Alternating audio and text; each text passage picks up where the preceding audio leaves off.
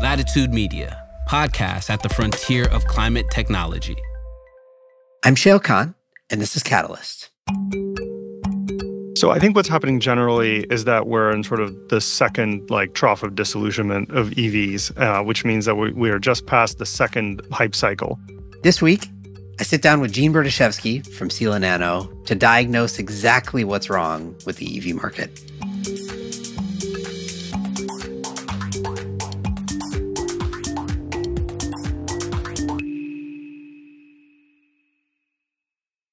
Catalyst is supported by Kraken, helping utilities support customers in the transition to a greener world.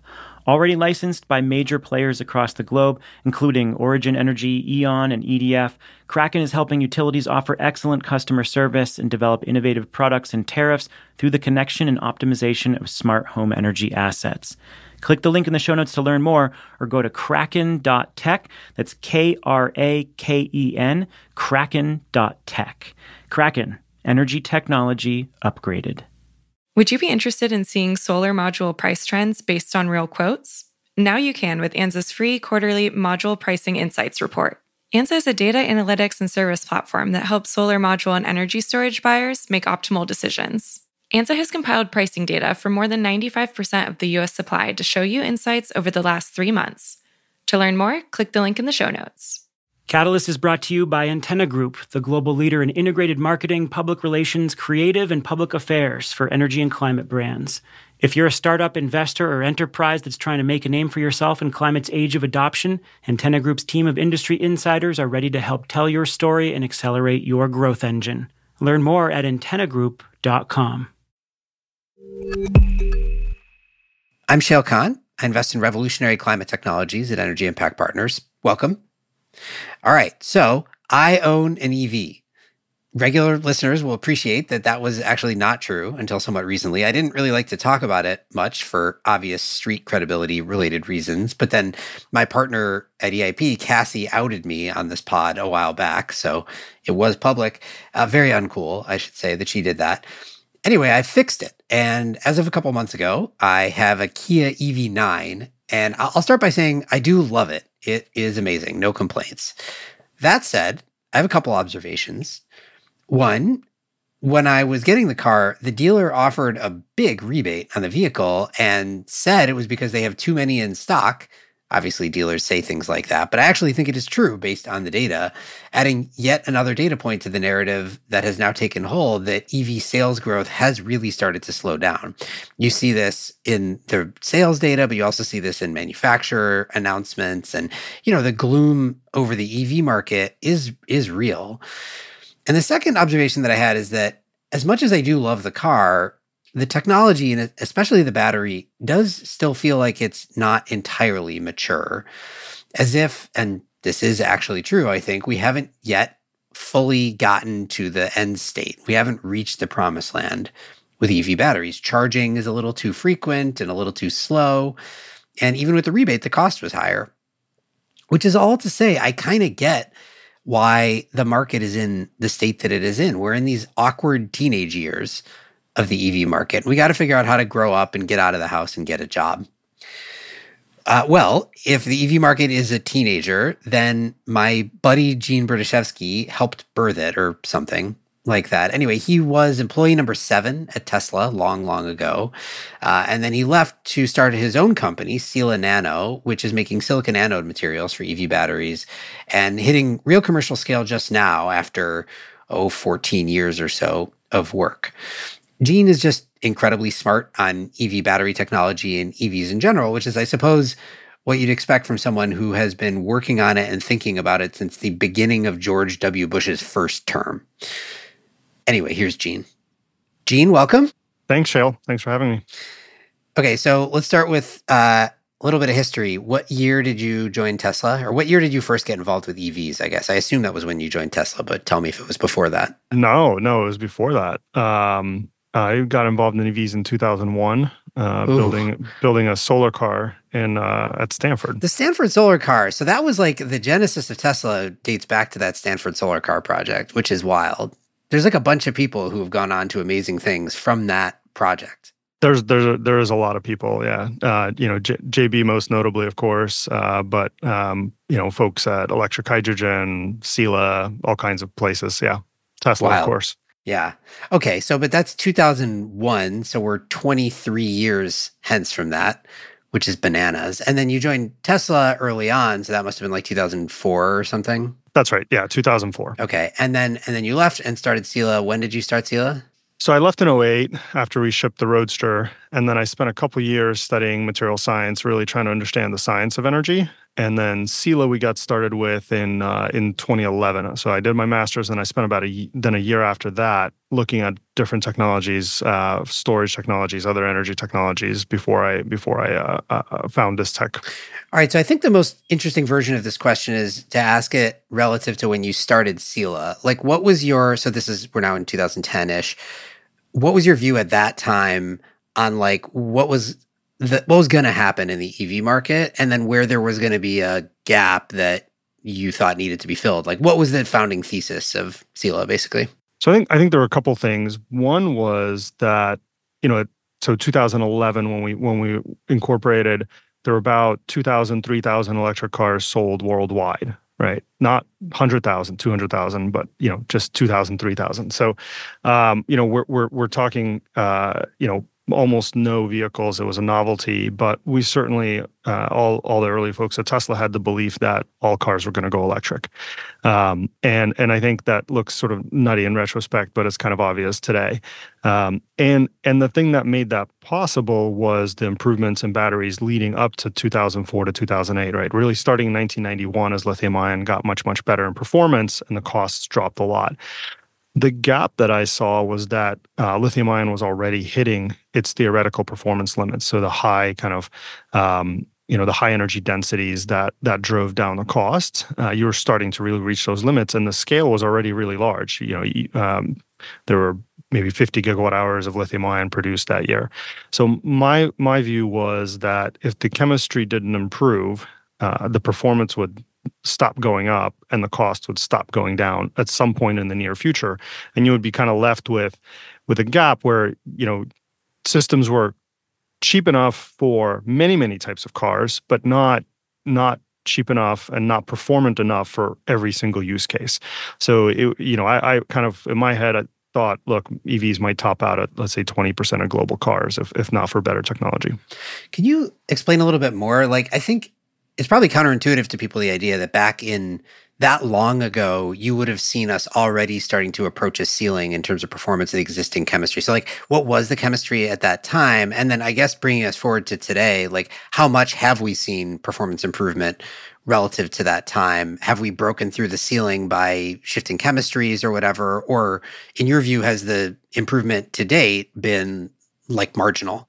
Yeah, it's really been marginal when you look at the chemistry level. So back then, the chemistry was lithium cobalt oxide and graphite, and that really was that was the chemistry from 1991. All through the first Tesla Roadsters were built on lithium cobalt oxide chemistries, and cobalt's actually the highest performing of the oxide cathodes. So you have your cathode, right? We talk about high nickel cathodes. We talk about LFP cathodes today. But cobalt cathodes are actually the highest performing.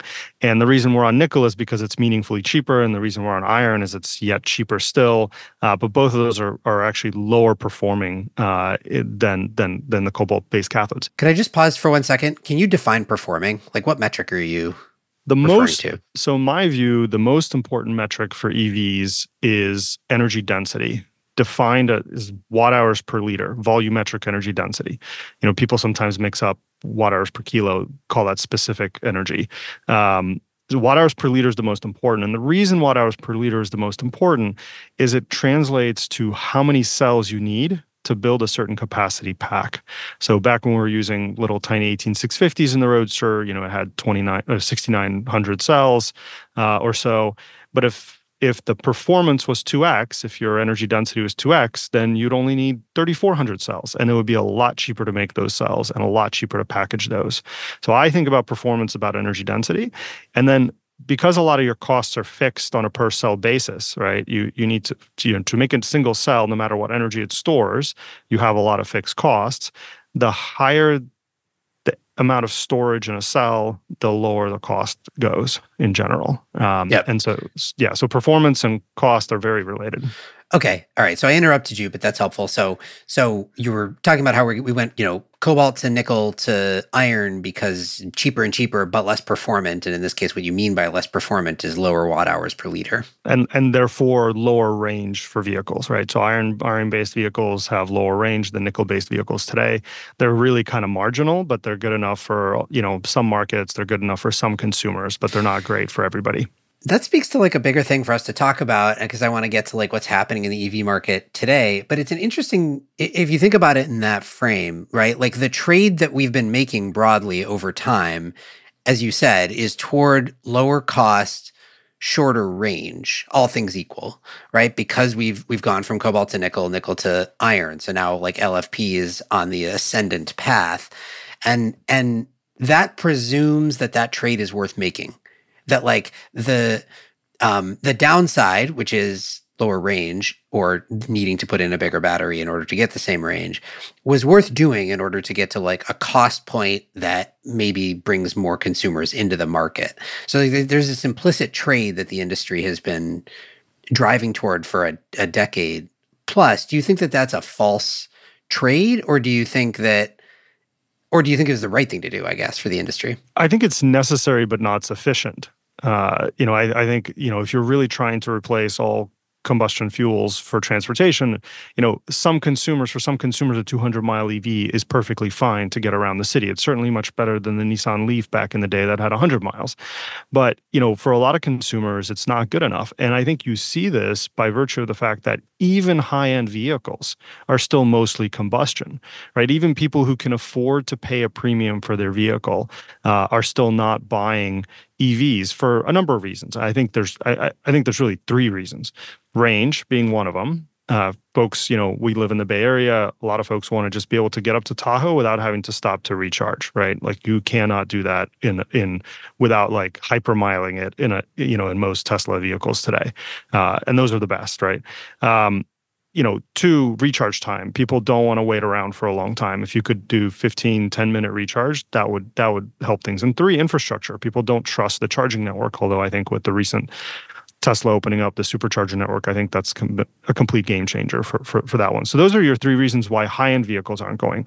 On the low end, folks are certainly, willing to replace, a city car with a 200-mile range EV. But so I think it's necessary. I think LFPs, and I did not expect to be honest in 2011 that LFP would play such a big role. But I think it's because I also expected that we would continue to improve performance and drive down cost of high-end cells. Almost nobody, or maybe nobody, predicted LFP's rise in EVs, right? Like I think it was more predictable that we were going to see LFP for stationary storage, but because of the penalty that you pay on energy density, I think the expectation was that wasn't going to make sense. And even when it did show up in the market, it was initially, it was like low end, really cheap Chinese EVs.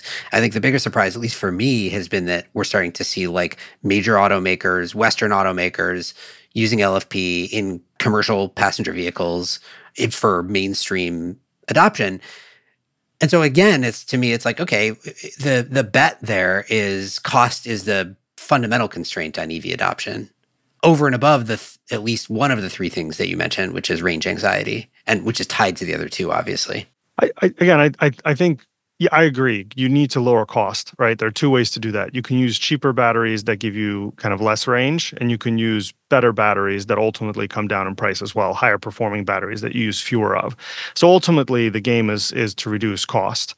And if you reduce cost, then you can, for high-end vehicles, you can also increase range without increasing the cost of the car, right? If the battery gets cheaper, you can use a little more of it for those folks that want it. So again, I by no means am saying we need LFP's the wrong direction. I think it's going to be a huge part of the market, but it can't be the only thing we do, because if it's the only thing we do, we may replace half of the ground fleet with EVs, but not 100%. Right. And so we're dancing around obviously what you're doing at Sila and what other folks are trying to do, which is like innovate on the anode side such that you could still use LFP potentially, but get a better performance out of the vehicle anyway. So it's like, it's not an inherent trade. Although, am I wrong to think that, look, if you do a silicon anode, which is what you guys are doing, that improves performance regardless of the cathode chemistry. And so really it is still a fundamental trade. Like LFP is still going to be lower energy density than NMC, all things equal. If both had a silicon anode, that would still be true. You just bump yourself up on the curve. Correct. And there's some interesting nuances to that. You bump the high performing cathode cells more than you bump the LFP. So yes, LFP maybe gets 15 to 30% better in the long run, and nickel gets 20 to 40% better in the long run, right? So you're moving the floor, but you're advancing the high end more. And then from a go-to-market standpoint, when you're introducing a new technology like this, introducing a new technology, if you were to bring silicon anodes to LFP, you start to approach graphite nickel battery energy densities, but not quite. And why does somebody want to buy that when they can just buy the low-risk nickel-based battery anyways? So for a new technology, you really want to bring it into a place where you can deliver performance no one else can achieve. And that's exactly kind of what we're doing with Mercedes. That's what we're doing with Panasonic. We're delivering cells that deliver performance that no one else can achieve. That lets you build a vehicle that you can't build with today's technology. That lets us get to scale, and as we get to scale, we get to drive down cost. Before we move on from talking about battery chemistry stuff and start talking about the broader EV market, on this trajectory of cobalt to nickel to LFP to iron, a lot of people are starting to talk about, is there a next logical step in that chain, which is a sodium-ion battery? I just want to get your take on, because sodium-ion, it's a similar story to the LFP story in the sense that it is less performant in exactly the metric that you're describing, but also potentially, and this is, I think, to be proven, but theoretically could be even cheaper than LFP, and then has these side benefits of you avoid the lithium price volatility and stuff like that. What's your view on sodium ion? I think sodium ion makes a ton of sense for the grid. I don't think it makes any sense for EVs. It's hard enough to convince consumers to buy a 200-mile or 250-mile EV with LFP. It's going to be really hard to convince them to buy a 100-mile EV. I feel like that's really kind of going backwards, even if it's a bit cheaper. So, it's not. There may be markets in the developing world where 100 miles or 50 miles is totally fine because you're using it for say a daily route of delivering food or something like that. And you're just looking for the absolute lowest cost. But I think LFP serves that need pretty well. And we are so overcapacity in the world on battery production today of LFP, which is part of the reason why the costs are so low, that I think sodium would struggle to compete there. On the grid, makes a ton of sense. And I think we're gonna see it on the grid for sure. Catalyst is supported by Kraken, the advanced operating system for energy. Kraken's technology helps manage and optimize renewable generation, supports the upgrade and maintenance of the network, and helps utilities deliver excellent customer experiences. Currently managing 42 gigawatts of power, optimizing 160,000 distributed energy assets, and supporting 54 million customer accounts worldwide, Kraken is revolutionizing the industry from generation to supply. Learn more about how Kraken can help you create a smarter, greener grid at kraken.tech. That's Kraken, kraken.tech. Or just go to the link in the show notes. Have we hit a solar module price floor? What are the impacts of the anti-dumping petition submitted in April? Answers to these questions and more are now available in ANSA's Q2 Module Pricing Insights Report. In case you haven't heard of them, ANSA is a data analytics and service platform that helps solar module and energy storage buyers make optimal decisions. ANSA's clients save time and money, while also reducing risks during due diligence and procurement. ANSA's free Pricing Insights Report compiles data from its platform, which covers 95% of the U.S. module supply. Learn about the latest trends by clicking the link in the show notes. Catalyst is brought to you by the Antenna Group. Antenna, they are the OGs of PR and marketing for climate tech. Is your brand a leader or challenger? Are you looking to win the hearts and minds of customers, partners, or investors, ramp up your new business pipeline, influence policy conversations? Antenna works with leading brands across the energy and climate ecosystems to do all of this and more. If you're a startup, investor, enterprise, or innovation ecosystem that's helping drive climate's age of adoption, Antenna Group is ready to power your impact. You can visit antennagroup.com to learn more. All right, so you just mentioned the next thing I want to talk about, which is the state of EV batteries and this manufacturing overcapacity. And you see these announcements or reporting, I guess, like you've seen reporting that LFP batteries are like $50 a kilowatt hour in China, that kind of thing. I guess I have two questions there. The first one is, what's your sense of what's going on in the battery manufacturing world generally? And the second one is, I feel like in those announcements, it's never clear to me who can take advantage of that. Like, who's buying batteries on spot in China versus long-term contracts where you just like aren't exposed to those kinds of price volatility anyway. So like, what's happening generally, and what do those numbers, the spot prices for batteries really mean? So I think what's happening generally is that we're in sort of the second like trough of disillusionment of EVs, which means that we are just past the second hype cycle. I remember the first hype cycle when Tesla was launching. You had sort of Fisker Fisker 1.0, not 2.0 coming on the scene, and there were reports that said 20% all cars by 2015 are going to be electric. And it was sort of laughable when you really drill down, because the amount of just factories that would have to get retooled for that to be true, it was just nuts. And so when that didn't kind of come to pass, everyone sort of said, oh, this is going to take a lot longer, right? And it took until really 2020, or 18 or so, 2019, when the Model 3 took off, that everyone said, oh, wow, no, EVs are going to be for real. And so that started the second kind of, wave of excitement. And in that wave, again, the projections were half of all cars are going to be EVs. Battery costs will continue to plummet at an insane rate. And it just didn't happen. Consumers didn't adopt as quickly as folks wanted. Battery prices dropped some, but not so much. And again, even with LFP being $50 a kilowatt hour, it's not making everybody buy EVs. So it's not just a cost problem.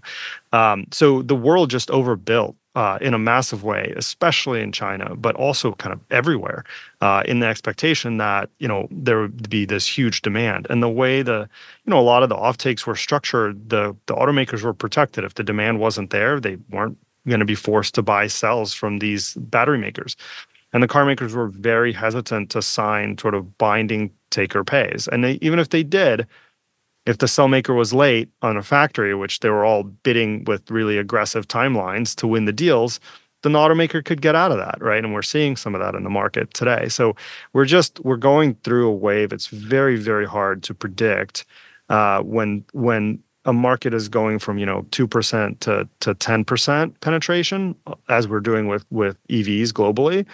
The rate of that, it becomes much easier to predict going from 10% to 20%, and it becomes incrementally easier to predict how it'll go from 20 to 30. So I think these shocks of supply demand shocks will start to be smaller and smaller, but it'll take us a few years it may take many years to use up the capacity that's already online. And that's what's leading to the battery prices that you're talking about. So the way that you're describing the contractual relationships between the auto OEMs and the battery suppliers implies maybe that actually they are sort of able to be exposed to spot prices because they're not signing these long-term take or pay contracts. So is it true that like when we see if you could go buy tier 1 or tier 2 LFP batteries for $50 a kilowatt hour in China right now, will we start to see that flow through to consumer prices or to auto OEM margins? Like either way, are they taking advantage of that? Maybe. I think some of those contracts, they may well be long-term contracts, but the reality is if the cars aren't selling, these car makers are going to find a way to renegotiate and get out. So it's sort of if everything goes well, yes, it's a long-term contract. If everything doesn't, there's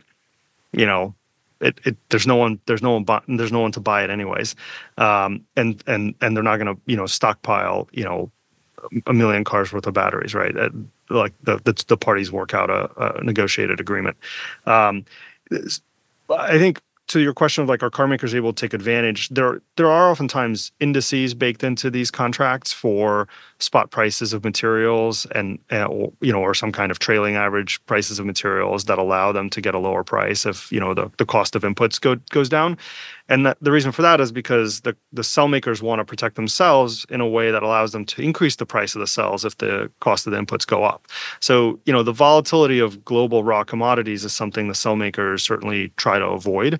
And so there's usually escalators and de-escalators that sort of track with those indices. So it's not that they're necessarily buying spot batteries, but the indices will lower the cost of the batteries that they get. Now, who can really take advantage of it is grid. Right, grid has very, very short buying times. If the U.S. interconnect queue was not as long as it is, you could put a lot more storage on the grid at a very low cost. The challenge, of course, is once you start transporting the batteries, once you start adding in tariffs, those type of things, the costs aren't necessarily $50 a kilowatt hour. That's in China, right? X works at the factory, and so the folks that can really take advantage of it is grid developers in China is the best folks to take advantage of it. Right. That actually gets to the next thing I wanted to talk about. So there's this geopolitical dynamic to the battery market that I find really interesting. It's complicated, right? Because, China has emerged as a huge supplier, obviously CATL, largest battery supplier in the world. So it's not exactly a China versus the West in some ways. It's sort of like China versus other Asian countries. And then there is sort of the West in and around the market. But of course, there are trade barriers that have emerged and, come and go, as you mentioned. So what's your sense of what's the geopolitical landscape in battery world as it stands today? And what prospects do you see for Western, let's call it like North American or European suppliers to maintain any kind of long-term advantage? Well, I think one good thing about batteries, if you can call it that, is they're really heavy and they're a very, very big part of the value of a car. And so those two factors make it challenging to produce them on one continent for consumption, so to speak, for assembly into vehicles on another. It becomes a lot more effective if you can at least produce them on the same continent, so that your transportation times are much shorter. And because they're so heavy, you can't fly them. They're also hazardous to transport, so it's more expensive even when you ship them. So there is a lot of value to building battery factories on every continent. And I think that'll lead us to a natural distribution that's going to be a lot healthier than what we have with fossil fuels, which are sort of naturally concentrated by geology. Or like solar, for that matter, by the way, which is pretty easy to ship around the world. Solar cells are very easy to ship around the world in particular. Yeah, that's right. Once you add glass yeah, you're right. Once you add glass, it gets a little harder. But solar cells are incredibly valuable. And I did a little bit of this math before.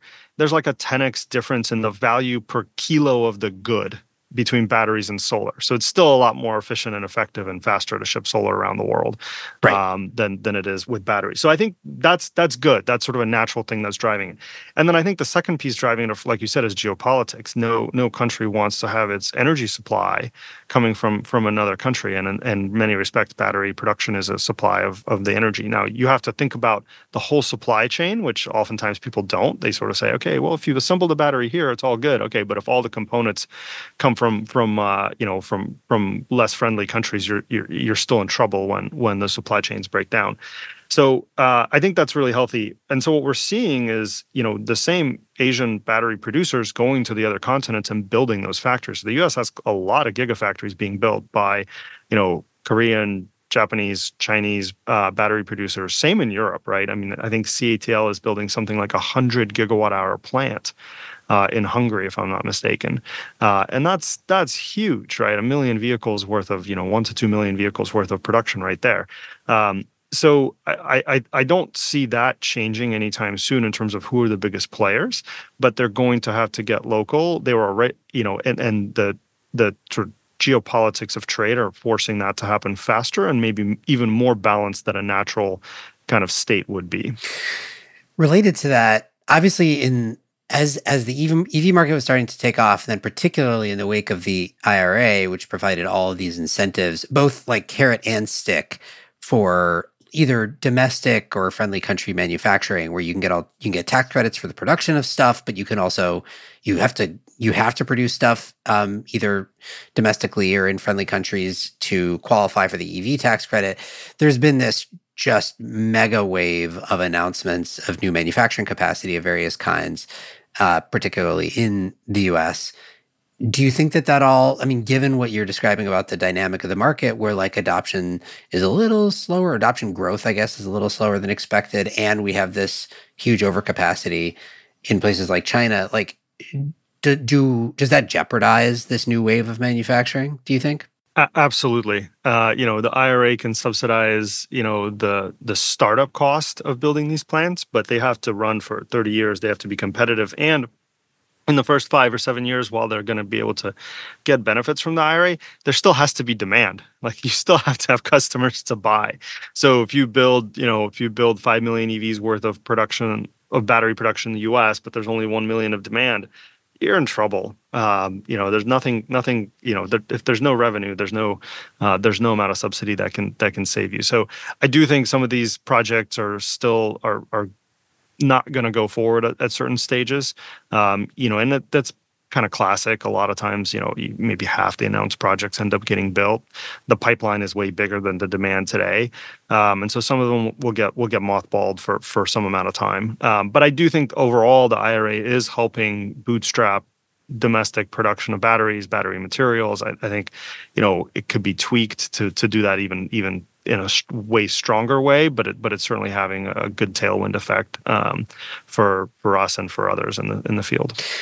This is sort of an unrelated question, but you have interesting insight into it, which is the other thing that's happening in America right now is this like boom in this load growth on the grid, which is caused first and foremost at the moment by data centers, but also impacted by all this manufacturing expansion that we have been seeing. And one thing that I've been trying to understand a little bit is the fact that there is such urgency to build data center capacity, which is sucking up like all the locations that have available power capacity at the kind of scale that you would need, actually going to make it more difficult to build new manufacturing in places where you have sufficient power and where it's cheap enough. So you guys set up a big factory in Moses Lake, Washington. How much power do you need for that factory? So today we have about 20 megawatts plumbed to the 20 MVA plumbed to the site. We'll get to 60 in the next 2 years. As we scale, we may need 200. So the numbers get big, depending on how big a plant you build. But you're absolutely right. The build out of that power was already slow. And, we see, folks wanting to put Bitcoin mining or some other kind of, there are data centers, down the street or in cities nearby because it's hydropower. It's very low cost electricity.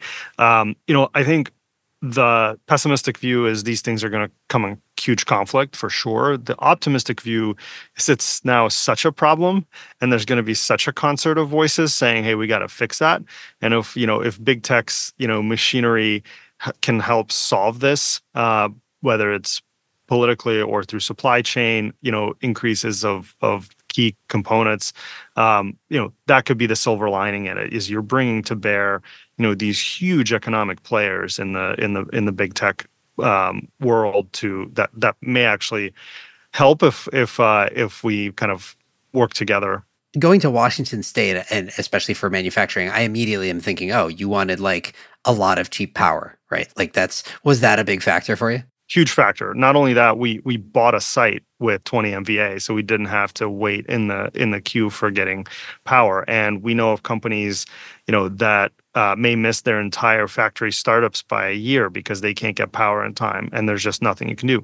I mean, our ability to expand at that site is constrained first and foremost by power. And so, we're working really hard with the local community to make sure that we're able to expand there, because if we're not, we're going to build the factory.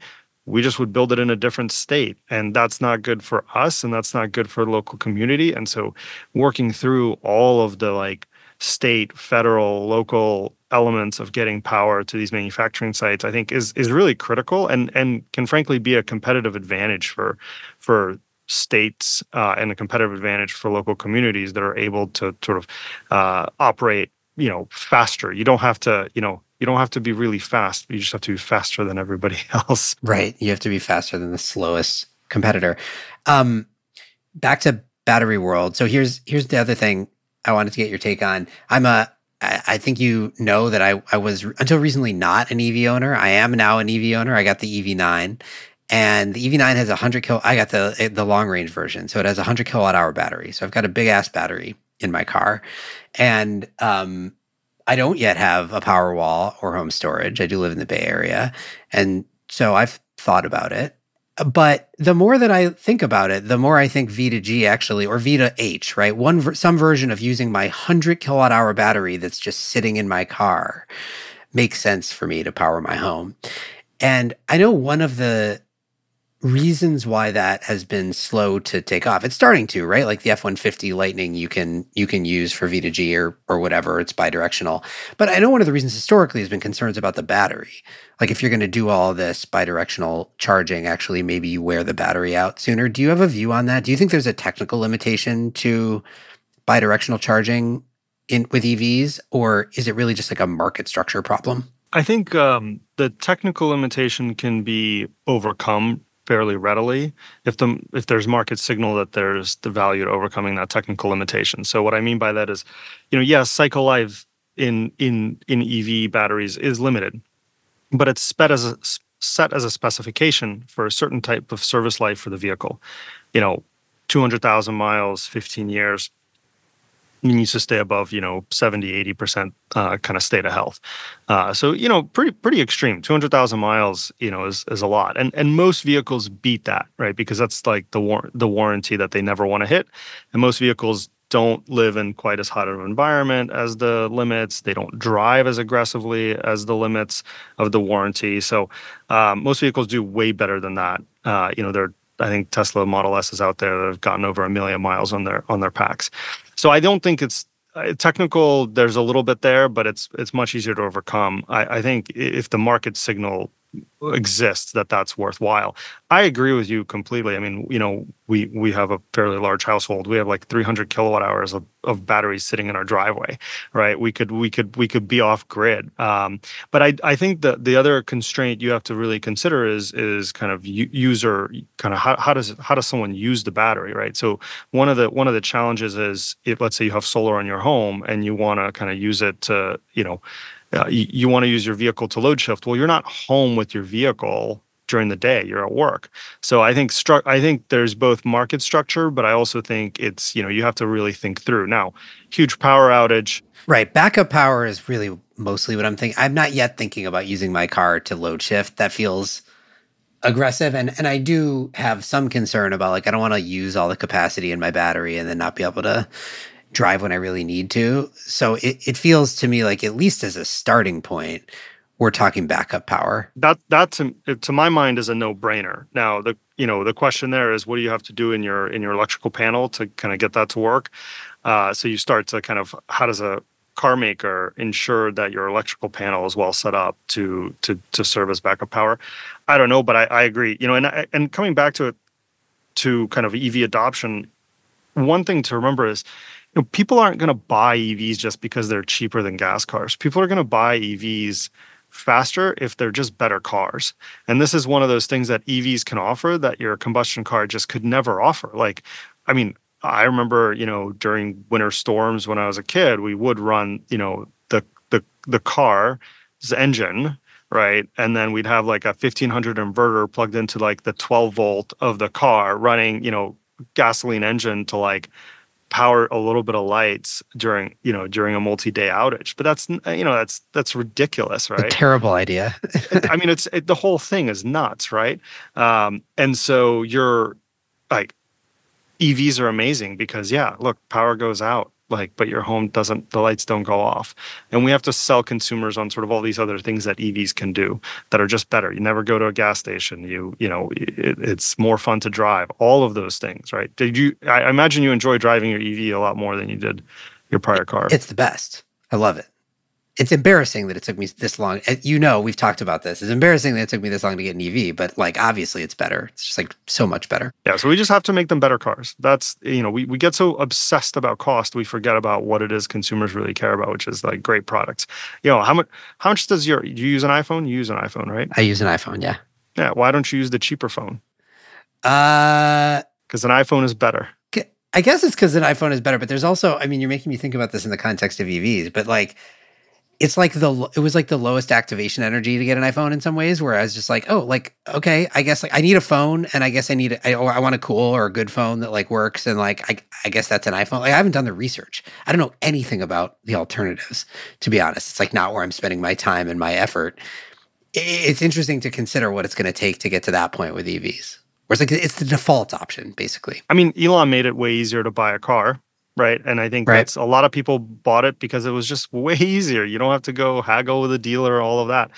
And then it is easier, lowest activation energy, and it's a great product, right? There's a lot of products that are low activation energy and you never go back a second time.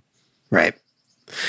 Okay. So I guess to wrap it up then, you talked about what you think the barriers are to EV adoption today and why we haven't seen the like continued inflection, why we're going from 2 to 10, but it's not like going from 10 to 20 as fast as it's gone from 2 to 10.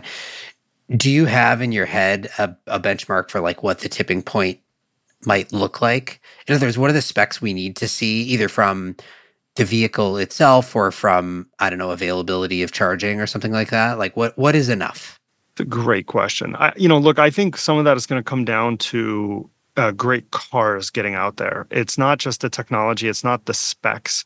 Go back to, again, like think of the Tesla Model 3 as, the iPhone, right, of EVs. Like everyone knows it's the future. Everyone changed their roadmaps. Everyone's building the new thing.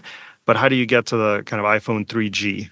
Where sort of everyone's like, okay, now it's great, and some of it is a combination of price reduction. Some of it is okay for a compelling price, a compelling range, really fast recharge, maybe 15 minutes, right, tops to from let's say 10 to 80, and the confidence in the infrastructure. I actually I just did a trip where maybe 500-mile. Kind of one-way road trip and back. And we were able to use the Tesla network. And, you just get in the car and you go. Like, you just have enough confidence where you just don't worry about it.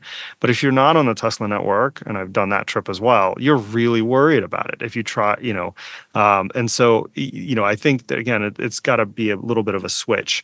So I think the density that exists in of superchargers today is probably sufficient.